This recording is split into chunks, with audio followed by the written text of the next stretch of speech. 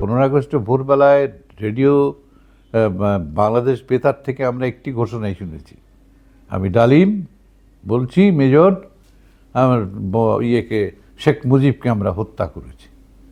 তো সেই লোকটাই 50 বছর পরে বলছে যে উনি ক্রস ফায়ারে মারা গেছেন। কি আশ্চর্য কথা! আর জিয়াউর রহমান মুক্তিযোদ্ধা না, তো জিয়াউর রহমানের মুক্তিযোদ্ধার সার্টিফিকেট কি তার কাছ থেকে নিতে হবে, ডালিমের কাছ থেকে নিতে হবে? সম্প্রতি আমাদের দেশে প্রকৃত শিল্পী সাহিত্যিকদের অপমান করার একটি প্রবণতা দেখা যাচ্ছে। এটা কি শুধু রাজনৈতিক ব্যাপার, নাকি আমাদের দেশের সংস্কৃতিকে পেছনের দিকে নিয়ে যাওয়ার অপচেষ্টা? সম্পূর্ণটা রাজনৈতিক ব্যাপার নয়, এখানে দীর্ঘদিনেরই একটা ষড়যন্ত্র আছে এবং তার সাথে অবশ্যই রাজনীতি যুক্ত, রাজনীতির বাইরে কিছু নয়। এবং সেখানে দেখা যাচ্ছে যে বিভিন্নভাবে আমাদের যে জাতীয় সংস্কৃতি, মূলধারার একটা সংস্কৃতি আছে, সেই মূলধারার সংস্কৃতিকে থেকে তরুণ সমাজকে বিশেষ করে তাদের দৃষ্টি ফিরিয়ে নেওয়ার জন্যে একটা অন্যদিকে নিয়ে যাওয়ার চেষ্টা হচ্ছে এবং সেটা খুব বেশি দৃশ্যমান হচ্ছে বর্তমান সময়ে এসে। যেমন এটা শুরু হয়েছে বেশ অনেক দিন ধরেই, আগের সরকারগুলো এটা করেছে। সেটা হচ্ছে যে আমাদের গ্রাম বাংলায় যে সংস্কৃতির প্রবাহটা ছিল, সেই প্রবাহটা অন্যদিকে নিয়ে যাওয়ার একটা চেষ্টা। এবং আমরা যদি ধরি যে বাউল গান আমাদের একটা প্রধান মূল ধারার একটা সংস্কৃতি, শত শত বছর ধরে আমাদের এখানে চলে এসেছে। সেই বাউলদের একবার চুল কাটা হলো এবং তার বিরুদ্ধে আমরা প্রবল প্রতিবাদ করলাম, কিন্তু প্রতিবাদ করে কোনো লাভ হলো না, তাদের কোনো শাস্তি হয়নি। এবং যারা এই ধরনের সহজিয়া গান গায় বা নানান ধরনের গানের সঙ্গে যুক্ত, গ্রাম বাংলার যারা নাকি খুবই জনপ্রিয়, বা যাত্রাপালা, আমাদের পালা গান, এইগুলোকে, এই যে এখন একটা শীতকাল যাচ্ছে, এই সময় এটা একটা মরশুম, এই মরশুমে গ্রাম বাংলার বিভিন্ন জায়গায় এগুলো হতো, কিন্তু বহু বছর ধরেই কিন্তু সেটা নানানভাবে তাকে ডিসকারেজ করা বা নানানভাবে তাদেরকে নানা ধরনের শাস্তিও তারা পেয়েছে, তাদের শাস্তি দেওয়ার একটা ব্যবস্থাও হয়েছে। এটা গেল একটা মূলধারার গ্রামীণ সংস্কৃতির একটা অংশ। আর যেটা হচ্ছে যে আমাদের এখানে যারা সত্যিকার অর্থেই ভালো লেখকদের তো প্রকাশক নাই, সেটা একটা সমস্যা। আর দ্বিতীয় কথা হচ্ছে যে আমাদের যে নাটক, এটা একটা জীবন্ত মাধ্যম। 1972 সাল থেকে যে আমরা শুরু করেছি, প্রায় না 52 বছর হয়ে গেল, এটারও একটা সারা দেশেই কিন্তু এটার একটা আন্দোলন ছড়িয়ে পড়েছিল এক সময়। সেই আন্দোলনটা আরও অনেক বেশি পরিশীলিত হয়েও এখন অনেক নাট্যদল, গত বছর দেখলাম আমি শুধু ঢাকাতেই 37টা নাটকের দলের নতুন নাটক নেমেছে, আমাদেরও নতুন নাটক নেমেছে। তো এই যে একটা নাটকের একটা প্রবাহ, কিন্তু সেখানেও দেখা যাচ্ছে যে এইটাকেও খুব ঢাকার বাইরে কোথাও তেমনভাবে উৎসাহিত করা হচ্ছে না। এবং যে মঞ্চগুলো আছে, অধিকাংশ মঞ্চই ছিল একেবারেই অভিনয় অনুপযোগী, সেগুলোকে একটু উপযোগী করার চেষ্টা চলেছে। এবং সাম্প্রতিক আন্দোলনে দেখা যাচ্ছে যে 22টা শিল্পকলা একাডেমিকে পুড়িয়ে দেওয়া হয়েছে। একদিকে তো ভাস্কর্যগুলো ধ্বংস করা হয়েছে, মিউজিয়ামগুলো ধ্বংস করা হয়েছে, লাইব্রেরিগুলো ধ্বংস করা হয়েছে। তো এইগুলোর আলামতটা কি? আলামতটা হচ্ছে যে জাতীয় যে সংস্কৃতি, এই সংস্কৃতিকে ধ্বংস করে একটা অন্য কিছু করা। কেউ বলে এটা নাকি নিউ ন্যারেটিভ। এবং আপনি ভাবেন যে আমি আমার নিজের উদাহরণ দিয়েই বলি, আমি গত 2 বছর আগে বলেছিলাম যে রুচির দুর্ভিক্ষ চলছে। এবং রুচির দুর্ভিক্ষ শুধু যে আমাদের পারফর্মিং আর্ট, যেটা আমরা নৃত্যকলা, নাটক এইসবের কথা বলিনি, আমি বলেছি যে এটা মূলত এর জায়গাটা হচ্ছে ডিজিটাল প্ল্যাটফর্মগুলো। ডিজিটাল প্ল্যাটফর্মে বহু যা কিছু হচ্ছে এখন, আপনি যদি একটু চোখ বোলান তাহলে দেখবেন যে সেখানে একটা অপসংস্কৃতির জোয়ার। তারা সিনেমা করে, তারা গান গায়, তারা নাটক নির্মাণ করে, এবং তার মধ্যে অধিকাংশই হচ্ছে দেখা যায় না অশ্লীলতা, নানান ধরনের কুৎসিত অঙ্গভঙ্গি, এবং সেগুলোর ভিউ হচ্ছে, প্রচুর লোক সেটা দেখছে। এবং বিশেষ করে আমাদের মধ্যপ্রাচ্যে যারা আমাদের রেমিটেন্স পাঠান, এটা খুবই গৌরবের কথা, কিন্তু তাদের সংস্কৃতির মানটা উন্নত হয়নি। যে কারণে কালকে একজন ইউটিউবার আমাকে বলছিল যে আমার পুরো মার্কেটটাই হচ্ছে আমার মধ্যপ্রাচ্য এবং মালয়েশিয়া, এবং আমি অনুমান করতে কারোরই অসুবিধা হবে না যে এখানে তার দর্শক কারা, এবং নাটকের নামও যে এই ধরনের আর কি, যে দুই স্বামী কেন, হ্যাঁ, তারপর গৃহবধূ হলেন বন্ধু, ভাবির সাথে দেওরের সম্পর্ক, এই সমস্ত নানান কিছু নিয়ে খুব অশ্লীল কাজকর্ম হচ্ছে। তো এইটার বিরুদ্ধে আমি প্রশ্ন তুলেছিলাম যে দেশে একটা রুচির দুর্ভিক্ষ চলছে, এবং এই দুর্ভিক্ষের কারণ হিসেবে আমি চিহ্নিত করেছিলাম রাজনীতিকে। বাস, আমাদের দেশের অনেক প্রগতিশীল লোক, অনেক মধ্যবিত্ত, তারা তাদের ফেসবুকে আমাকে নানানভাবে আমার ব্যক্তিগত অনুষঙ্গ এনে অপমান করা শুরু করলো, কিন্তু লাভ হয়নি, কারণ অধিকাংশ লোকই আমার পক্ষেই ছিলেন। এবং এখন তো সবাই স্বীকার করে যে ওই কথাটি খুব সঠিক কথা ছিল, যে রুচির দুর্ভিক্ষ। এটা ছিল একটা দিক। আরেকটা দিক হচ্ছে যে সম্প্রতি যেটা শুরু হয়েছে, যে শিল্পকলা একাডেমিতে বলা হলো যে আমার একটি নাটক দেশের 4টি জায়গায় অভিনীত হবে, শিল্পকলা এটার ব্যবস্থা করবে, কিন্তু শিল্পকলা কর্তৃপক্ষ বললেন যে আমি অভিনয় করতে পারবো না। কেন করতে পারবো না? সেটার কারণ হচ্ছে যে আমি একটা বিবৃতিতে স্বাক্ষর করেছিলাম, সে বিবৃতিটা ছিল ওই যে রাজাকার প্রসঙ্গে। তো সেই কারণে আমি সেটা তো এখন তো বলা হচ্ছে যে মন খুলে কথা বলুন, যার যা বলার কথা বলুন। তা আমি এটা বলেছি, আচ্ছা ঠিক আছে, এই স্টেটমেন্টটা দিয়েছি, তাতে কি অপরাধ হয়েছে? তারা যদি কাউকে আঘাত করে থাকে, কেউ যদি এটাকে অপরাধ হিসেবে মনে করে, তারা তাদের কথা বলুক, সে না বলে আমাকে করতে দেবে না। এরপরে ঠিক আছে, আমরা বললাম যে না, আমাদের দল থেকে বলা হলো যে না, উনি না থাকলে আমরা অভিনয় করব না, গেল এটা। এরপরে আমার যে নাটকটি চলছে এখন, কোম্পানি তো হ্যাঁ কোম্পানি করেন, কিন্তু শেষ দৃশ্যটা করতে পারবেন না, কারণ শেষ দৃশ্যে আমি অভিনয় করি। এরপরে শিল্পকলা একাডেমির মহাপরিচালক আমাকে না, শুধু না, সাংবাদিকদেরও বললেন যে এই কারণে উনি অভিনয় করতে পারবেন না। শুধু তাই নয়, উনি যে চরিত্রটি করছেন সেটি একটি ছোট চরিত্র, এটা যে কেউ করতে পারে। এখন উনি শিক্ষক, আমিও শিক্ষক, আমরা ছাত্রদের পড়াই যে নাটকের কোনো চরিত্রই ছোট চরিত্র নয়। এটা আমাদের কথা না, স্টানিস্লাভস্কির কথা, যে no character is a minor character, only the minor actors.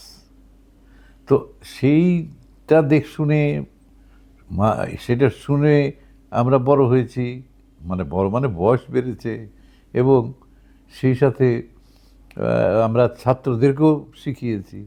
এখন এই ছোট চরিত্র করি বলে সেটা বাদ দিয়ে আরেকজনকে দিয়ে করান, এই যে প্রবণতা, এই প্রবণতাটাও এক ধরনের অপমানজনক।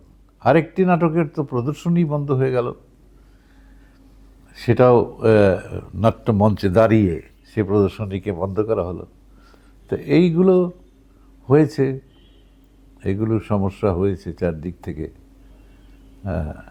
তো আর শিল্পের অবমাননা তো চারদিক থেকে হচ্ছে, এটা দেখতেই পাচ্ছেন আপনারা।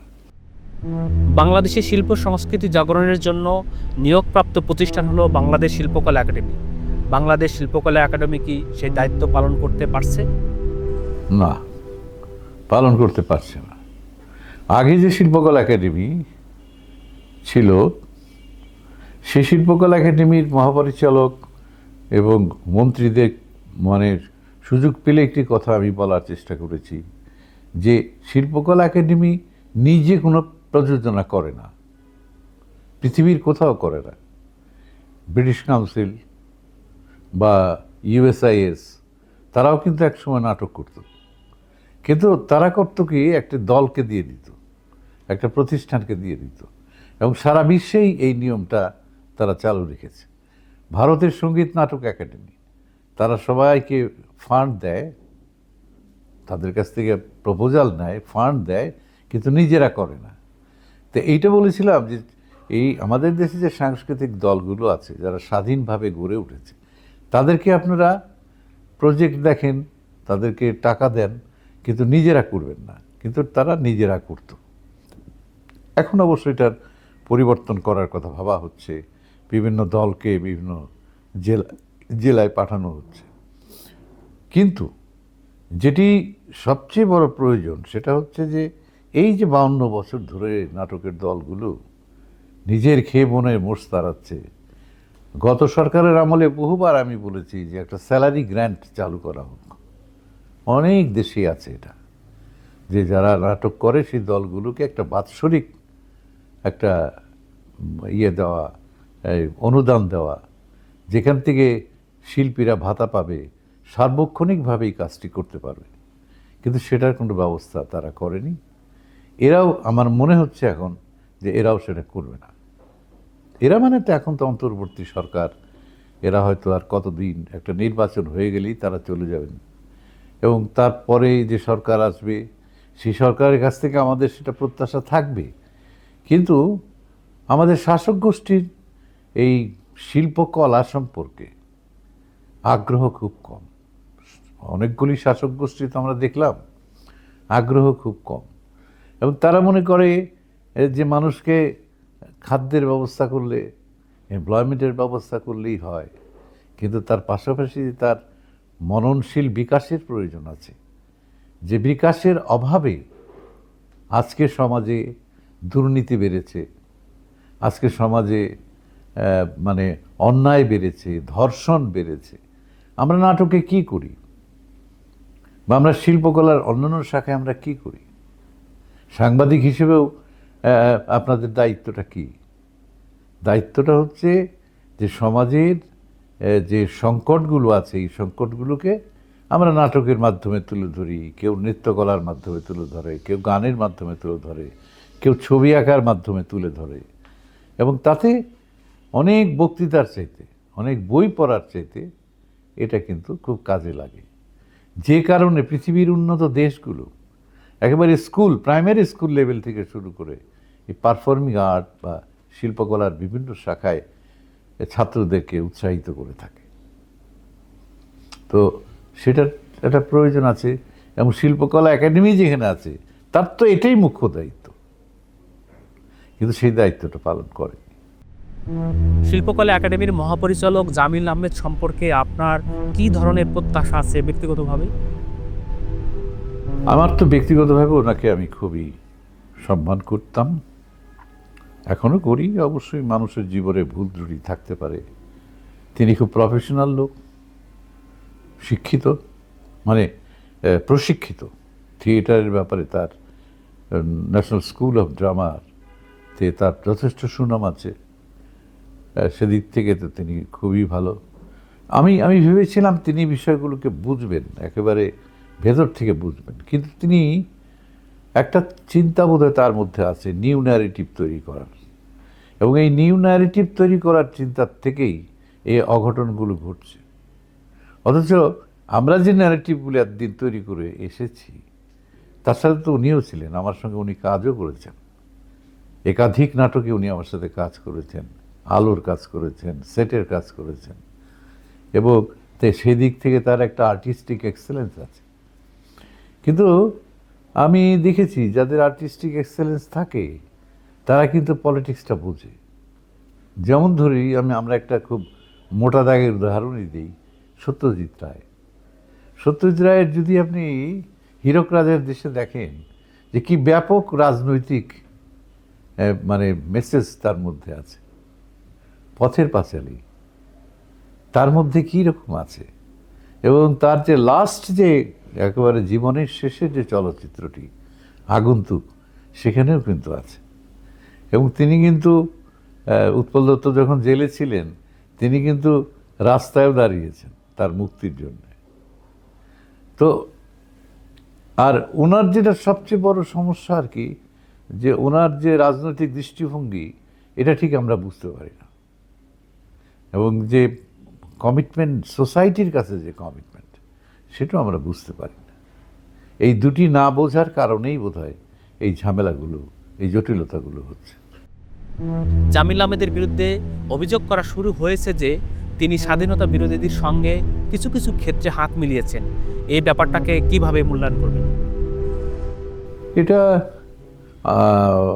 এটা এটা নিয়ে আমার খুব সুস্পষ্ট বক্তব্য দেওয়া কঠিন, তবে মনে হয় যে এর মধ্যে কিছু আংশিক সত্যতা আছে। গণঅভ্যুত্থানের 5 মাস চলে গেছে। এই 5 মাসের ভেতরে আমাদের কালচারে রাজনৈতিকভাবে বড় ধরনের আঘাত এসেছে।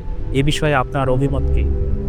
খুব দুঃখজনক, এবং আপনি যেটা বলেছেন এটা যথার্থ সত্য কথা বলেছেন, যে গত 5 মাসে এবং শুধু তাই না, যেটা এর চাইতেও গভীর এবং জটিল সেটা হচ্ছে, আমি তো শিল্পীদের সাথে কাজ করি, শিল্পী, লেখক, সাহিত্যিক সবার সাথে কাজ করতে হয় আমার, এই সংকটকালেও কাজ করেছি। সবাই একটা অসাধারণ ডিপ্রেশনে ভুগছে, একটা ডিপ্রেশনে ভুগছে।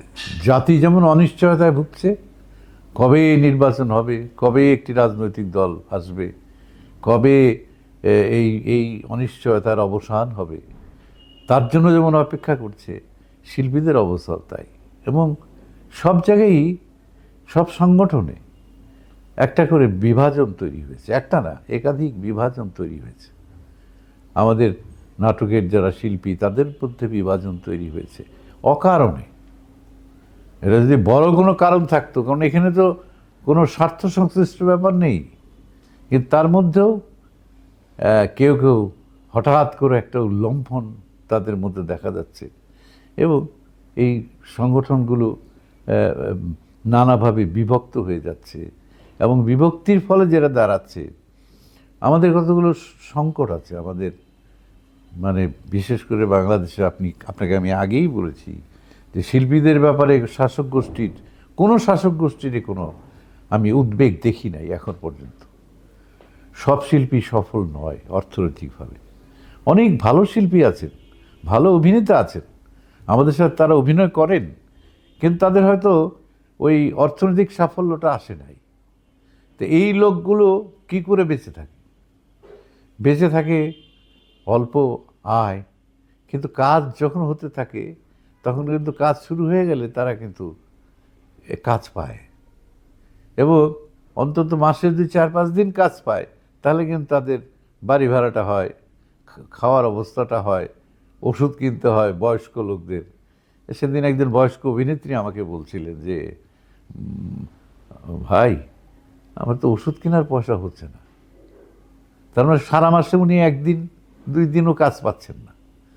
তো এই যে আমরা করতাম কি, সংগঠনগুলোর থেকে এটা চেষ্টা করতাম, সে বিটিভি, বাংলাদেশ টেলিভিশন যখন একটা টেলিভিশন কেন্দ্র ছিল, তখনও কিন্তু শিল্পীদের আমরা, এই অমুক শিল্পীটা বয়স হয়ে গেছে, উনি আগের মতো অভিনয় করতে পারেন না, কিন্তু তাকে পার্ট দাও, অন্তত মাসে 2টো পার্ট দিয়ে তাকে বাঁচিয়ে রাখতে হবে, এই যে চেষ্টা। এবং এখানেও যখন প্যাকেজ এলো তখনও কিন্তু এটা আমরা মাথায় রেখেছি। কিন্তু এখন সেই শিল্পীদের যে কি দুর্ভাগ্য, এই যে করোনা গেল, করোনার সময় কাজ বন্ধ হয়ে গেল, তখন আমাদের যে সংগঠনগুলো আছে সেই সংগঠনগুলোর থেকে আমরা টাকা সংগ্রহ করে নানানভাবে ব্যবস্থা করে তাদের বাড়ি বাড়ি খাবার পর্যন্ত পৌঁছে দিয়েছি, এটাও করতে হয়েছে। তো সেই যে শিল্পীদের যে সংকটটা, এই যে শিল্পীদের ওয়েলফেয়ার, এটা দেখারও কেউ নাই, এটা এখন দেখার কেউ নাই। এখন একটা পলিটিক্যাল পার্টি ক্ষমতা থাকলে সুবিধা হয় সেটা হচ্ছে যে আমরা একজন মন্ত্রীকে যেয়ে ধরতে পারি, একজন এমপিকে যেয়ে ধরতে পারি যে এই অবস্থা, আপনি একটা ব্যবস্থা করুন। হয়তো তাৎক্ষণিক কিছু ব্যবস্থা হলেও তাদের কাছ থেকে পাওয়া যায়। কিন্তু এদের তো আমরা কাউকে চিনি না, কিছু এনজিওর লোক মানে উপদেষ্টা হয়ে বসেছে, জনবিচ্ছিন্ন সম্পূর্ণভাবে, তাদেরকে কেউ চেনে না। এবং তারাও এই কোনো সামাজিক দায় গ্রহণ করার প্রয়োজন বোধ করেন না। বঙ্গবন্ধু সপরিবারের খুনি মেজর ডালিম, সেই খুনি খুন করার ৪৯ বছর পর আবার স্বমহিমায় প্রকাশ্যে এসে এক সাক্ষাৎকারে বলেছেন, মুক্তিযুদ্ধে ৩০ লাখ নয়, মাত্র ৩ লাখ মানুষ শহীদ হয়েছেন। এই ন্যারেটিভকে কিভাবে ব্যাখ্যা করবেন? উনি কি গুনেছেন? ৩ লক্ষ গুনেছেন উনি? যে ন্যারেটিভটা এতদিন ধরে বলা হয়ে আসছে, তো এতদিন তিনি তার বিরোধিতা করেননি কেন? এতদিন বলেননি কেন? এতদিন তার বলা উচিত ছিল। হ্যাঁ, তা তিনি বলেননি, কিন্তু তিনি অনেকগুলি মারাত্মক কথা বলেছেন ওখানে। যে বঙ্গবন্ধুকে ভোরবেলায় 15 আগস্টে ভোরবেলায় রেডিও বাংলাদেশ বেতার থেকে আমরা একটি ঘোষণাই শুনেছি, আমি ডালিম বলছি মেজর, আমার ইয়েকে শেখ মুজিবকে আমরা হত্যা করেছি। তো সেই লোকটাই 50 বছর পরে বলছে যে উনি ক্রস ফায়ারে মারা গেছেন। কি আশ্চর্য কথা! আর জিয়াউর রহমান মুক্তিযোদ্ধা না, জিয়াউর রহমানের মুক্তিযোদ্ধার সার্টিফিকেট কি তার কাছ থেকে নিতে হবে? ডালিমের কাছ থেকে নিতে হবে? এবং নানা কথা তিনি বলেছেন যেটা খুব ইররিলিভেন্ট, অপ্রয়োজনীয়, এবং তার তো একটা তো তার ইতিহাসের কাছে দায় আছে, তিনি হত্যাকারী। আরেকটি দায় কিন্তু সে তৈরি করলো এই ইন্টারভিউ দিয়ে, এই সাক্ষাৎকার দিয়ে কিন্তু আরেকটা দায় তৈরি করলো। আমি একটা লেখা লিখেছি, কালকেই প্রকাশ হবে। আমাদের দেশে প্রবাসী কিছু ইউটিউবার আছে, এরা প্রবাসে থাকে, খুব নিরাপদ। এবং আমরা যারা দেশে থেকে গত বছরের পর বছর, এই 52 বছর জুড়েই আমরা প্রতিবাদ করেছি, আন্দোলনের রাস্তায় নেমেছি, নানান রকম সরকার বিরোধী আন্দোলন করেছি, লিখেছি, টক শোতে বলেছি, আমরা কিন্তু জীবনের ঝুঁকি নিয়েই বলেছি সব কথা। ওনাদের কোনো ঝুঁকি নেই, এবং ওনারা অনেক দায়িত্বহীন কথাবার্তা বলে বাংলাদেশের মানুষকে বিভ্রান্ত করছে। এই বিভ্রান্তির অবসান হওয়া দরকার। একজন আছেন পিনাকি, ওরে বাপরে বাপ, সে মনে হচ্ছে বাংলাদেশের কণ্ঠস্বর। তার কোনো কথায় মনে হয় যে সে পাকিস্তানি শাসক গোষ্ঠীকে সার্ভ করছে বাংলাদেশে। এবং বাংলাদেশের যে মানে যে গোষ্ঠীটা মুক্তিযুদ্ধের সময় আমাদের বিরোধিতা করেছিল, তাদেরকে সে নানানভাবে প্রশ্রয় দিয়ে যাচ্ছে তার বক্তব্যে।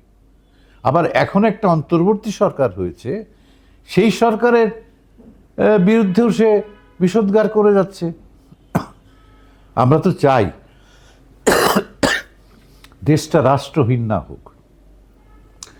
সরকার যখন থাকে না, তখন কিন্তু দেশটা রাষ্ট্রহীন হয়ে পড়ে। দেশ তো একটা ধরেন একটা হাজার হাজার বছর ধরে আমাদের এই ভূখণ্ড, কিন্তু এই রাষ্ট্রটা তো জনগণ বানায়। রাষ্ট্র, তার সরকার, তার সেনাবাহিনী, তার আমলাতন্ত্র, এগুলা প্রজাতন্ত্রটা তো বানায়। তো সেই যে রাষ্ট্রটা আমাদের এখানে কিন্তু একটা সিচুয়েশন হয়েছিল যখন দেশ ছিল কিন্তু রাষ্ট্র ছিল না। কিন্তু এখন একটি রাষ্ট্র আছে, তারা একটি সংবিধান মানছে, দেশের আইন কানুন মানছে, কতটা মানছে সেটা অন্য ব্যাপার। এবং আমি সবসময় বলে আসছি গত 52 বছর ধরে যে আমরা রাষ্ট্রটাকে মানবিক করতে পারিনি, রাষ্ট্রটাকে জনগণের করতে পারিনি, এটা আমি বলেছি। এবং আসলেই তো আমাদের রাষ্ট্রটা কি মানবিক? সব মানুষের রাষ্ট্র হতে পেরেছে এটা? আর আমাদের শাসক গোষ্ঠী, মেজর ডালিম আজকে বক্তৃতা দিয়েছে, হ্যাঁ, মাত্র কয়েকজন মেজর দেশের রাষ্ট্রপতিকে হত্যা করে দেশটাকে হাইজ্যাক করে ঘুরে বেড়াচ্ছে। তার মানে আমাদের যে শাসক গোষ্ঠী তার আয়তনও খুব ক্ষুদ্র, তারা আয়তনও খুব ক্ষুদ্র। মানে দেশের সব জায়গার থেকে যে সর্ব শ্রেণীর মানুষের যে রাষ্ট্রে অংশগ্রহণ থাকে সেটা কিন্তু আমাদের দেশে নাই। অতীতের সরকারগুলোরও ছিল না, এখন যে সরকার আছে তার থাকার প্রশ্নই ওঠে না। তো কাজেই মানে একটি রাষ্ট্র এখন আছে, সেইটাকে এই প্রবাসীরা, বিশেষ করে পিনাকি, সেই মানে একে আঘাত করছে, ওকে আঘাত করছে, তাকে আঘাত করছে, এবং অনেকগুলি আঘাতই খুব তাৎপর্যপূর্ণ এবং যুক্তিযুক্ত নয়। তো এইটা একটা সমস্যা। ইলিয়াস আরও করছে। হ্যাঁ, তো এইগুলো থাকো, এই যে আপনারা যেমন দেশের মধ্যে থেকে করছেন, এখানে দেশে থাকো, ঝুঁকি নাও, মানুষের সাথে থাকো, বাংলাদেশের মানুষের সাথে থাকো, থেকে তারপর সমালোচনা করো, কোনো অসুবিধা নেই। মেজর ডালিম তো আইনের দৃষ্টিতে খুনি এবং ফেরারি আসামি, তাকে অন্তর্বর্তীকালীন সরকার কেন ফিরিয়ে আনার কোনো উদ্যোগ হাতে নিচ্ছে না? এটা আমি বলতে পারবো না, কারণ হচ্ছে রাষ্ট্র ক্ষমতা একটা বড় ব্যাপার। এখন রাষ্ট্র ক্ষমতার কেন্দ্রে যারা আছেন, এটা তারাই এই প্রশ্নের উত্তর দিতে পারবে। মুক্তিযুদ্ধের 54 বছর অতিবাহিত হয়েছে, তবুও আমরা কেন মুক্তিযুদ্ধের চেতনা সমাজে প্রতিফলন ঘটাতে পারিনি? এটা এটা এটা এটা এটা এটা ব্যর্থতা হচ্ছে রাজনৈতিক ব্যর্থতা, সম্পূর্ণভাবে রাজনৈতিক ব্যর্থতা। কারণ হচ্ছে যে এই যে দেখেন, মুক্তিযুদ্ধটা কোথায় টিকে আছে, মুক্তিযুদ্ধটা কোথায় টিকে আছে? আমি বলবো মুক্তিযুদ্ধটা যথার্থভাবে শিল্প, সাহিত্য, সংস্কৃতিতে টিকে আছে। এই যতগুলো মুক্তিযুদ্ধের পক্ষের আন্দোলন হয়েছে তার অগ্রভাগে আপনি দেখবেন সবসময় ইয়েরা আছে, শিল্পী সাহিত্যিকরা আছে। পলিটিক্যাল অ্যাক্টিভিস্ট বলতে যারা বোঝায় তারা কতটা আছে? হ্যাঁ, গত সরকার মুক্তিযোদ্ধাদের ভাতার ব্যবস্থা করেছেন, ভালো কথা। তারা পুরস্কার দিয়েছেন, স্বাধীনতা পুরস্কার এবং এগুলোও দিয়েছেন। তার আগের সরকার, যে যদি বিএনপি সরকারের কথা বলি, বিএনপি সরকারের মধ্যেও প্রচুর মুক্তিযোদ্ধা আছেন, তার প্রতিষ্ঠাতে একজন মুক্তিযোদ্ধা, এবং অনেক মুক্তিযোদ্ধারা ছিলেন। তারাও যে মুক্তিযুদ্ধের পক্ষে সঠিকভাবে ভূমিকা পালন করতে পারেননি, তার কারণ হচ্ছে যে তাদের সঙ্গে মুক্তিযুদ্ধের বিরোধী একটা শক্তি সবসময় অবস্থান করত, সেটা একটা ব্যাপার। তো মানুষের মধ্যবিত্তের চেতনার মধ্যে মুক্তিযুদ্ধ আছে, জনমানুষের চেতনায় মুক্তিযুদ্ধ আছে, কিন্তু জেনারেশন তো একটার পর একটা জেনারেশন আসতে থাকে। তাদের কাছে এক দল একভাবে উপস্থিত করে মুক্তিযুদ্ধের ইতিহাস, আরেক দল আরেকভাবে ইতিহাস উপস্থিত করে। এতে যারা কিশোর, যারা শিশু, যারা যুবক, তারা বিভ্রান্ত হয়। আর বিভ্রান্তির মধ্য দিয়ে কিন্তু কোনো চেতনা বিকশিত হয় না। আপনার চেতনা একটা সুনির্দিষ্ট কিন্তু তত্ত্ব থাকতে হয়। কত আগে অ্যারিস্টটল যে কথা বলেছেন, প্লেটো যে কথা বলেছেন, হ্যাঁ, আমরা সেগুলি বিশ্বাস করি কেন? কার্ল মার্ক্সের কথা বিশ্বাস করি কেন? একটাই কারণ, যে ওই তত্ত্বের মধ্যে কিন্তু কোনো বিভ্রান্তি নাই। আপনি ওটা বিশ্বাস করেন বা না করেন, সেটা গ্রহণ করেন না করেন, সেটা আপনার ব্যাপার। গণঅভ্যুত্থানে ফ্যাসিস্ট শেখ হাসিনার পতন হয়েছে। এই পতনের পরে মানুষের প্রত্যাশা ছিল বাক স্বাধীনতা ফিরে আসবে, কিন্তু আমরা কি বাক স্বাধীনতা ফিরিয়ে আনতে পেরেছি বলে মনে করেন? এইখানে একটা বড় ঘটনা ঘটে গেছে, mob justice, mob clinching rather. এই মব জাস্টিসের ফলে যেটা হয়েছে সেটা হচ্ছে মানুষ ভয় পেয়ে গেছে। প্রতিটি মানুষই ভয় পায় যে আমি সঠিক কথা বলতে গেলে আমি মব জাস্টিসের শিকার হব কি না। এটা একটা ব্যাপার ঘটে গেছে। আর বাক স্বাধীনতার ব্যাপারে তো একটা ভীতি সৃষ্টি করছে। একটা ভয়ের সংস্কৃতি গড়ে উঠেছে, এটাও ঠিক। কিন্তু এটাকে আমি মনে করি যে এটা সাহস দিয়ে অতিক্রম করা যায়। যেমন শিল্পকলা একাডেমি আমাকে করতে দেবে না, আমি তো করলাম নাটক, 2বার নাটক করলাম, তারপরে তো কি হলো? কিছুই তো হয়নি। কারণ যারা এগুলি করে, অন্যের স্বাধীনতা হরণ করে, মব মব ক্লিনচিং করে, মব জাস্টিস করে, তারাও কিন্তু ভেতরে ভেতরে তাদের মধ্যে ভয় আছে। কারণ এগুলো বুমেরাং হয়, ভয় আছে, কাজে সেটা তারা করবে না। কিন্তু আমি কেন আমার সাহস হারাবো? তো বাক স্বাধীনতাটা আমিও প্রত্যাশা করেছিলাম, হয় নাই। স্বাধীনতার 53 বছর পর আমরা দেখেছি বাংলাদেশে আবার নতুন করে স্বাধীনতা বিরোধীদের রাজনৈতিক উত্থান হতে। এই রাজনৈতিক উত্থান বাংলাদেশকে কোথায় টেনে নিয়ে যাবে?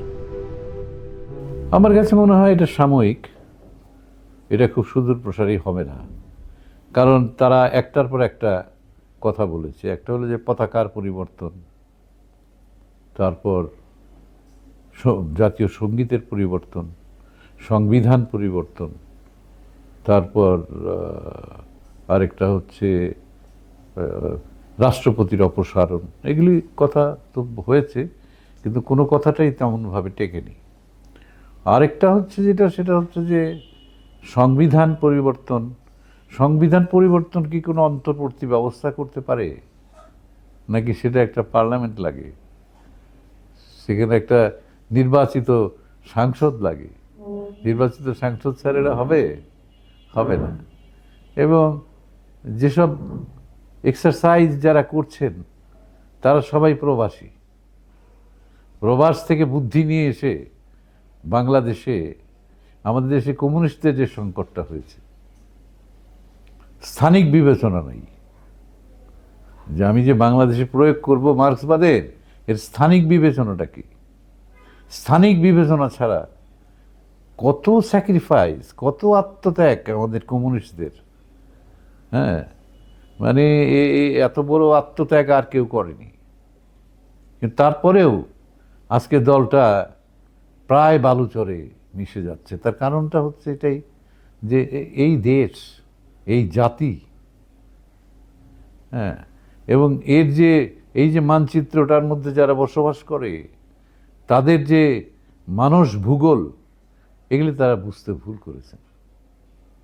কাজেই এখন যদি কেউ চিন্তা করে যে আবার স্বাধীনতা, মানে ওই স্বাধীনতা যুদ্ধের ইতিহাসকে মুছে ফেলে নতুন করে কিছু করবে, এটা হতে পারে একটা উত্তেজনার বশে এসব কথা বলছেন, কিন্তু এটা সুদূর প্রসারীভাবে টিকবে না। আপনার কি মনে হয় অন্তর্বর্তীকালীন সরকার জামাতকে বিশেষ সুবিধা দিয়ে যাচ্ছে, অন্য দলকে এই অবস্থান থেকে বঞ্চিত করছে? অবশ্যই। সবগুলি বিশ্ববিদ্যালয়, সচিবালয় এবং সবগুলি মেজর পজিশনে তারা বসে আছে। তাদেরকে বসানো হয়েছে, তাদেরকে বসানো হয়েছে, এবং এটা খুব দৃশ্যমান। যদি মনে করে থাকে যে এগুলো কেউ বুঝতে পারছে না, এটা ঠিক নয়। এটা খুবই দৃশ্যমান, আমরা দেখতে পাচ্ছি চোখের সামনে এগুলো হচ্ছে। বাংলাদেশ জামাতে ইসলামীর আমির ডাক্তার শফিকুর রহমান বলেছেন, বাংলাদেশের দুটি দেশপ্রেমিক দল আছে, একটি হলো বাংলাদেশ জামাতে ইসলামী, আরেকটি হলো বাংলাদেশ সেনাবাহিনী। এই বিষয়কে কিভাবে ব্যাখ্যা করবেন? এটা উনি ভুল করেছেন। এটা 1971 সাল নয়। 1971 সালে একই কথা বলেছিলেন, পাকিস্তান সেনাবাহিনী এবং জামাতে ইসলামী। কিন্তু এখনকার সেনাবাহিনী কিন্তু পাকিস্তান সেনাবাহিনী না, এর বাংলাদেশ সেনাবাহিনী। এবং এর যারা এখানে যারা মানে ক্যাডেট হিসেবে ঢুকেছে, তারা বাংলাদেশ মিলিটারি একাডেমি আছে একটা, সেখান থেকে ঢুকেছে। তারা বাংলাদেশের আইন কানুন, নর্মস, এক্সারসাইজ এবং বাংলাদেশের ইতিহাস, তার উত্থান পতন, এর মধ্য দিয়ে এসেছে। কাজেই অবশ্যই তারা দেশপ্রেমিক, কিন্তু জামাতে ইসলাম যে ধরনের দেশপ্রেমিক, অবশ্যই সেরকম দেশপ্রেমিক তারা নন, এটা আমার বিশ্বাস। আমরা দেখেছি 5 আগস্টের পর বঙ্গবন্ধু শেখ মুজিবুর রহমানের ধানমন্ডির 32 নম্বর বাড়িটি পুড়িয়ে ফেলা হয়েছে, কিন্তু পুড়িয়ে ফেলার পর অন্তর্বর্তীকালীন সরকারকে বিষয়টি নিয়ে একটি টু শব্দ করতে দেখিনি। এই না করার কারণ কি? আমি খুব আমি আমি আমি নিজে ব্যক্তিগতভাবে বিক্ষুব্ধ হয়েছি, এবং 15 আগস্টের পত্রিকায় যে আমার কলাম লেখা, সেখানে আমি এটা লিখেওছি। 15 আগস্ট মানে সেই সাংঘাতিক সময়, 5 আগস্টের 10 দিন পরে, তখন আমি লিখেছি যে 32 নম্বর কতগুলো বিষয় থাকে, যে যেমন আজকে ঢাকা শহরের সিগনেচার কি, স্বাক্ষরটা কি, আমরা বলবো সংসদ অথবা 0 পয়েন্ট, যেটা বলে শহীদ মিনার, ঢাকা শহরের স্বাক্ষর, একসময় বলা হতো লালবাগ কেল্লা, এরকম। তো 1971 সালের মার্চ মাসে আমাদের মুক্তিযুদ্ধের স্মারক কিন্তু 32 নম্বর রুট। 32 নম্বরে আমরা দেখেছি প্রতিদিন হাজার হাজার মানুষ গিয়ে সামনে দাঁড়াতো, আর বঙ্গবন্ধু একটা মাইক্রোফোন, ওই যে হ্যান্ড মাইক দিয়ে লুঙ্গি এবং পাঞ্জাবি পরে উপরে থেকে নির্দেশ দিতেন। উনি যেটা নির্দেশ দিতেন সেটাই হতো তখন বাংলাদেশের আইন। তো সেই লোকটির সেই স্মৃতি কিন্তু কোনো ব্যক্তির কাছে আর থাকে না। যে বাড়িতে উনি নিহত হয়েছেন, যেখান থেকে মুক্তিযুদ্ধের সময়কার নির্দেশাবলী আসতো, সেগুলো তো জনগণের সম্পত্তি। এবং পরবর্তীকালে ঠিক আছে, ওনাকে নিয়ে অনেক ওভার ডুইং হয়েছে, সেটা তো উনি করেন নাই, উনি তো মৃত। ওনার দল বা ওনার কন্যা তারা যদি করে থাকে, তার দায়ভার উনি নেবেন কেন? আর 32 নম্বর বাড়িটি তো এখন জনগণের সম্পদ, মিউজিয়ামটা জনগণের সম্পদ। বিভিন্ন জায়গায় মিউজিয়াম পুড়িয়ে দেওয়া হয়েছে।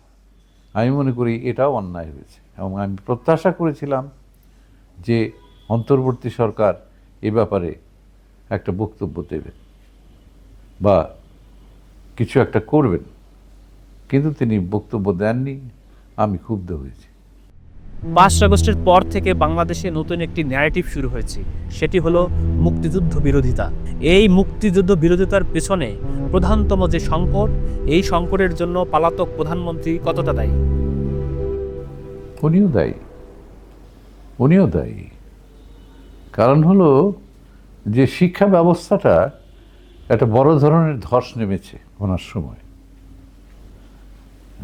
আমি তো পত্রিকায় রেগুলার লিখতাম, নিয়োগ বাণিজ্য, শিক্ষকদের নিয়োগ বাণিজ্য, এটা একটা প্রধান ব্যাপার হয়ে দাঁড়িয়েছিল। শিক্ষাক্ষেত্রে দুর্নীতির একটা আখড়া হয়ে গিয়েছিল শিক্ষা। তো সেইগুলোকে উনি কিন্তু দমন করেন নাই কঠোর হস্তে। এটা দমন করা উচিত ছিল, এবং শিক্ষাটা যদি ঠিক থাকতো তাহলে কিন্তু এত কিছু হতো না। কিন্তু শিক্ষাটা যখন নাকি ধস নেমে গেল, এই তখনই কিন্তু এই সংকটগুলো তৈরি হলো। আর একটা বিষয় হচ্ছে, আমি তখন বলতাম বারবারই যে বঙ্গবন্ধুর কথা মাস মিডিয়াতে যখন 1 সেকেন্ডও প্রচারিত হতো না, 1 সেকেন্ডের জন্য, তখন ছিলেন তিনি সবচেয়ে জনপ্রিয়। কিন্তু যখন মিডিয়াতে 72 সালের পর থেকে যেটা শুরু হলো, মিডিয়াতে যখন নাকি ওনাকে নিয়ে একেবারে প্রায় ঘন্টার পর ঘন্টা যখন ওনাকে দেখানো হতো, তখন কিন্তু ওনার জনপ্রিয়তা কমতে শুরু করলো। এবারও তাই হয়েছে। এত বেশি নামকরণ, এত বেশি ওনাকে নিয়ে মিডিয়াতে মানে দেখানো, এর ফলে একটা উল্টো এফেক্ট হয়েছে। এটার জন্য তো উনি দায়ী, ওনার দল দায়ী। এ দায়িত্ব অস্বীকার করা যাবে না। মুক্তিযুদ্ধের অর্ধশত বছর যে পালন করা হয়েছে, সেখানে শুধু বঙ্গবন্ধুকে বিশেষভাবে স্মরণ করা হয়েছে, কিন্তু অন্য সব বীরশ্রেষ্ঠ ও শহীদকে কেন সেভাবে স্মরণ করা হয়নি? খুব অন্যায়, এবং সেটাও তোষণ। প্রধানমন্ত্রীকে তোষণ করার জন্য কেউ কিছু বলেনি। এই তো মাত্র কিছুদিন আগেই তাজউদ্দিন আহমেদের শতবর্ষ হয়ে গেল, একটা ফুল দিতে কেউ যায়নি তার সমাধিতে। কিন্তু তাজউদ্দিন তো আমাদের মুক্তিযুদ্ধের একটা অন্যতম প্রধান মানে কি বলবো সৈনিক। এবং আমি ভারতীয় কমান্ডারদের সাথে বা বিভিন্ন বিদেশি অনেক নেতৃবৃন্দের সাথে আমি কথা বলেছি, তারা বলছে যে we have profound respect for this person, your Tajuddin Ahmed, man of integrity. এবং আমাদের বাংলাদেশের ইতিহাসে দুইটা জুটি হয়েছিল রাজনীতিতে, একটা হয়েছিল মৌলানা ভাসানী আর বঙ্গবন্ধু শেখ মুজিব, আরেকটা হয়েছিল বঙ্গবন্ধু এবং তাজউদ্দিন আহমেদ। আর নেতাদের কথা আমি ওইভাবে বলবো না। হ্যাঁ, তো এই যে হয়েছিল, এই হওয়াতে বাংলাদেশের স্বাধীনতা অনেক দূর চলে গেছে। কেন মৌলানা ভাসানীকে বাদ দেবেন বাংলাদেশের স্বাধীনতার ক্ষেত্রে? 1957 সালে যে লোকটা কাকমারি সম্মেলনে বলে দিয়েছিল, সালাম আলাইকুম ওয়ালাইকুম আসসালাম, তোমাদের সাথে আমাদের আর হবে না। তারপরে তার যে ভূমিকা, মানে প্রফিট অফ ভায়োলেন্স এবং মজলুম জননেতা হিসেবে তার যে ভূমিকা এই দেশে, কত কৃষক মানে সভা, কত কৃষক সম্মেলন করেছেন এবং সুনির্দিষ্টভাবে বাংলাদেশের স্বাধীনতার ব্যাপারে প্রশ্ন রেখেছেন। তাকে বাদ দেবেন কেন? কেন কেন আরও যারা নেতা আছে, ফজলুল হককে বাদ দিবেন কেন? ঠিক আছে, তার অনেক আপোষকামিতা থাকতে পারে, কিন্তু সে তো এই বাংলার একটা গৌরব। কলকাতার প্রথম মেয়র, মুসলিম মেয়র, এবং তার যে ভূমিকা সেই সময়ে মুসলমানদের জন্য, তার যে ভূমিকা, এই শ্যামা হক মন্ত্রী পরিষদে তার যে ভূমিকা, সেটা তো বাদ দেওয়া যাবে না। কেন তাকে বাদ দিলেন? তো এরকম অসংখ্য লোকের অবদানকে আমরা অস্বীকার করেছি। কমিউনিস্ট মুভমেন্ট, মনি সিংকে বাদ দেওয়া যাবে? মনি সিংয়ের যে অবদান এবং কমিউনিস্ট পার্টির যে অবদান মুক্তিযুদ্ধের জন্যে, 1930-এর দশক থেকে যে ত্যাগী একটা রাজনৈতিক নেতৃত্ব গড়ে তুলেছিলেন কমিউনিস্ট পার্টি, সেটাকে আমরা বাদ দিতে পারবো না। হ্যাঁ, তাদের রাজনীতিতে ভুল থাকতে পারে, যখন মানে আন্তর্জাতিকতাবাদ এবং জাতীয়তাবাদ দুইটা প্রশ্ন। একসময় ওনারা ভিয়েতনাম নিয়ে যতটা চিন্তিত হলেন, যতটা হলেন, বাংলাদেশের পরিস্থিতি নিয়ে ততটা উদ্বিগ্ন হলেন না। হ্যাঁ, তো এইগুলো তো আছে, তো এগুলো হওয়ার ফলেই এটা হয়েছে। মুসলিম লীগের পতন হয়েছে, আওয়ামী লীগের পতন দ্বার প্রান্তে বলা হচ্ছে। তাহলে আওয়ামী লীগ কি মুসলিম লীগের পতনের দ্বার প্রান্তে যাচ্ছে, নাকি ঘুরে দাঁড়ানোর সম্ভাবনা আছে? অবশ্যই ঘুরে দাঁড়ানোর সম্ভাবনা আছে, কিন্তু সেটা সময় সাপেক্ষ এবং শর্ত সাপেক্ষ। শর্তটা হচ্ছে যে তাকে তার পরিবারকে ত্যাগ করতে হবে, এবং ছাত্রলীগ যে প্রতিষ্ঠানটি জন্য সবচেয়ে বেশি সে অভিযুক্ত হয়েছে, সেই প্রতিষ্ঠানকেও তাকে ত্যাগ করা, অথবা এইটাকে আদৌ কি এটাকে মানে কোনো শুদ্ধ করা সম্ভব কিনা এই ব্যাপারে আমি একেবারেই সন্দিহান, সম্ভব কিনা। এইগুলো ত্যাগ করে নতুনভাবে যদি শুরু করতে পারে তাহলে তার সম্ভাবনা আছে। তো কিন্তু সেটা কতটা সম্ভব এটা বলা মুশকিল।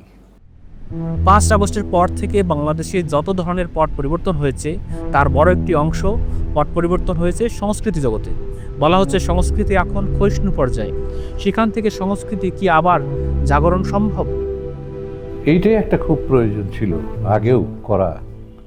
তার জন্য আমরাও দায়ী, আমরা যারা সংস্কৃতি কর্মী এবং সংস্কৃতিকে নানানভাবে নেতৃত্ব দিয়েছি, তার জন্য আমি নিজেকেও দায়ী মনে করি যে আমরা একটা সাংস্কৃতিক আন্দোলন গড়ে তুলতে পারিনি। এবং সাংস্কৃতিক আন্দোলন বলতে অনেকেই হয়তো খুব এটার স্থূল অর্থ হচ্ছে গান, নাটক, নৃত্য কলা তা না, মানুষের যে ভেতর থেকে তাকে পরিবর্তন করার যে প্রচেষ্টা, এইটা আমরা করতে পারি নাই। এটা করেছি আমরা, আমাদের নাটক করেছি, কিন্তু নাটকের যে ব্যাখ্যা, এই নাটকটি কেন করছি, এই কাব্যের যে ব্যাখ্যা, এবং আমাদের যে কাব্য আছে, উপন্যাস আছে, গল্প আছে, যেমন ধরেন হাসান আজিজুল হক সম্পর্কে দেখলাম যে একটু আগে যে অপমানের কথা বললেন আপনি, হাসান আজিজুল হক সম্পর্কে নাকি উল্টোপাল্টা কথা বলা হচ্ছে। আমি পড়ি নাই, আমি শুনেছি। শামসুর রহমানকেও বিতর্কিত করে দেবে, সবাইকে বিতর্ক, কিন্তু এই বিতর্কিত করার আগে আমাদের কিন্তু পাশে দাঁড়ানো প্রয়োজন। যেমন আল মাহমুদের মতো এত বড় একটা কবি, তিনি নানা কারণ বিতর্কিত হলেন। এখন আল মাহমুদের পক্ষেও কিন্তু আমাদের দাঁড়ানো উচিত ছিল, যে এত বড় একটা কবি, আমাদের সম্পদ, আমাদের গৌরব, তাকেও কিন্তু আমাদের রক্ষা করা দরকার। তো এটা যেটা হয় পৃথিবীর সব জায়গায়, এত ডায়লগ হয় লেখকদের নিয়ে, তাদের লেখা নিয়ে, চলচ্চিত্রকারদেরকে নিয়ে, নাট্যকারদেরকে নিয়ে এত হয়, সেটা আমাদের এখানে খুব কম। কাজেই মানুষকে তার ভেতর থেকে পরিবর্তন করার যে প্রক্রিয়া, এটা রাজনৈতিক দল একটা বাইরে সারফেস থেকে করার চেষ্টা করে, কিন্তু সংস্কৃতি ভেতর থেকে এটা কিন্তু করে। তো সেই কাজটা যেমন সোভিয়েত ইউনিয়নের প্রথম দিকে লেখকরা যে ভূমিকাটা রেখেছিল, ম্যাক্সিম গোর্কি অথবা তারও আগে টলস্টয়, দস্তোয়েভস্কি, এরা রেখেছিলেন। তারপর আরও অনেক লেখক, সাহিত্যিক, কবি, তারা যে ভূমিকা রেখেছিলেন, সেইটার জোরেই কিন্তু বহু বছর পর্যন্ত সমাজতান্ত্রিক মানে সংস্কৃতিটা তাদের দেশে চালু ছিল। এবং তারা সেই কারণে ওই প্রগতি প্রকাশনের মতো প্রকাশনা ছিল তাদের, তাদের চলচ্চিত্র ছিল, তাদের সঙ্গীতের স্কোয়াড ছিল, এইগুলো ছিল বলে কিন্তু তারা অনেক দিন এই প্রগতিশীল রাজনীতিকে নিজের দেশে না, সারা বিশ্বেও ছড়িয়ে দিতে পেরেছিল। আমরা সেই জায়গায় আমাদের ঘাটতি আছে, এটা অস্বীকার করার উপায় নেই। আমরা সাংস্কৃতিক আন্দোলনটা, হ্যাঁ, এই আন্দোলনের ক্ষেত্রে একটা রাজনৈতিক সমর্থনও প্রয়োজন। সেই সমর্থন কোনো রাজনৈতিক দল দেয় না, দেয় নাই। আমরা যখন মুক্ত নাটক দল করি, গ্রামে গ্রামে গিয়ে কাহিনী সংগ্রহ করে মানুষকে দিয়ে নাটক অভিনয় করাইছি শত শত গ্রাম, তখন অনেক রাজনৈতিক দলের সাহায্য চেয়েছি, আমরা পাইনি, ইনক্লুডিং কমিউনিস্ট পার্টি। এটা যদি পেতাম তাহলে কিন্তু একটা গ্রামে একটা বেস করে উঠত, কালচারাল বেস। তো আমাদের পলিটিক্যাল পার্টি মনে করে যে সাংস্কৃতিক আন্দোলন মানে একটা নাচ গান, একটা নাটক দেখলাম, এই। কিন্তু এর অভ্যন্তরে এর মোটিভ আবিষ্কার করা, এবং পলিটিক্যাল পার্টি এই সমস্ত জায়গায় বিভিন্ন জায়গায় সমালোচকের ভূমিকা অবতীর্ণ হয় যে এই নাটকটা তো আপনার ঠিক হয়নি, এই চরিত্র তো ঠিক হয়নি, এই কথা তারা বলবে, আমরা শুনি বা না শুনি, একটা বিতর্ক তৈরি হওয়া, এটা খুবই প্রয়োজন ছিল। গ্রাম বাংলায় যে লোক উৎসব ছিল, সেই উৎসবগুলো হারিয়ে যাচ্ছে, সেখানে অপসংস্কৃতির ধারা চালু হচ্ছে। এর থেকে উত্তরের জন্য সরকারের কাছে আপনার বিশেষ কোনো প্রত্যাশা আছে? প্রত্যাশা তো আমি যেটা বললাম সেটা হচ্ছে যে সরকার এখানে প্রথমত সরকারকে করতে হবে যেটা, সেটা হলো যে এদেরকে বাঁচিয়ে রাখার চেষ্টা করতে হবে। যেমন ধরেন আজকে আমাদের দেশে একটা ভায়োলিন নাই, মানে একাধিক, একটা লোক বাজায় পারফেক্টলি, বাঁশি হারিয়ে যাচ্ছে। তারপর অনেক ইনস্ট্রুমেন্ট, তার সানাই হারিয়ে গেছে, সানাই নাই, অমুক নাই। এখন জার্মানিতে একবার আমি একটা কোর্স করতে গেছিলাম, সেখানে বলেছিল যে দেখো আমাদের দেশে যে ক্লাসিক্যাল মিউজিক, এটাকে আমরা রক্ষা করতে পারি, বিকজ উই হ্যাভ মানি, আমরা এগুলোকে রক্ষা করতেছি। জাপানিরা তাদের যে ঐতিহ্যগত যেসব পারফর্মিং আর্ট আছে সেগুলোকে কিন্তু তারা রক্ষা করেছে, সেখানে তারা প্রচুর অর্থ ব্যয় করে, তাদের কাবুকি, তাদের নো, তাদের বুনরাকু, এগুলোকে তারা রক্ষা করছে, আবার মডার্ন থিয়েটারকে রক্ষা করছে, আবার যে গুরুরা আছে ওই সময়কার যারা গুরু, তাদেরকে রক্ষা করছে। তো এই রক্ষা করার ফলে হচ্ছে কি, জাপানের সোসাইটি কিন্তু একটা ট্র্যাঙ্কিউল সোসাইটি, একটা খুবই মানে যে সোসাইটি একসময় সোগানদের হাতে ছিল, যে তলোয়ার হচ্ছে, পেশি শক্তি হচ্ছে প্রধান বিষয়, সেইখান থেকে তাদের মেজর রিফরমেশন, এবং সেইখান থেকে তাদের আজকের অ্যাটিচিউডটা হচ্ছে যে পুরনো সংস্কৃতিকে আমরা কিন্তু রক্ষা করব। এই রক্ষা করার কাজটা সরকার করতে পারে। আবার সরকার তার কথাও বলতে পারে, প্রপাগান্ডা নয়। এখন সরকার মনে করে যে এগুলি একটা প্রপাগান্ডার জন্য ব্যবহার করা, সেটা নয়।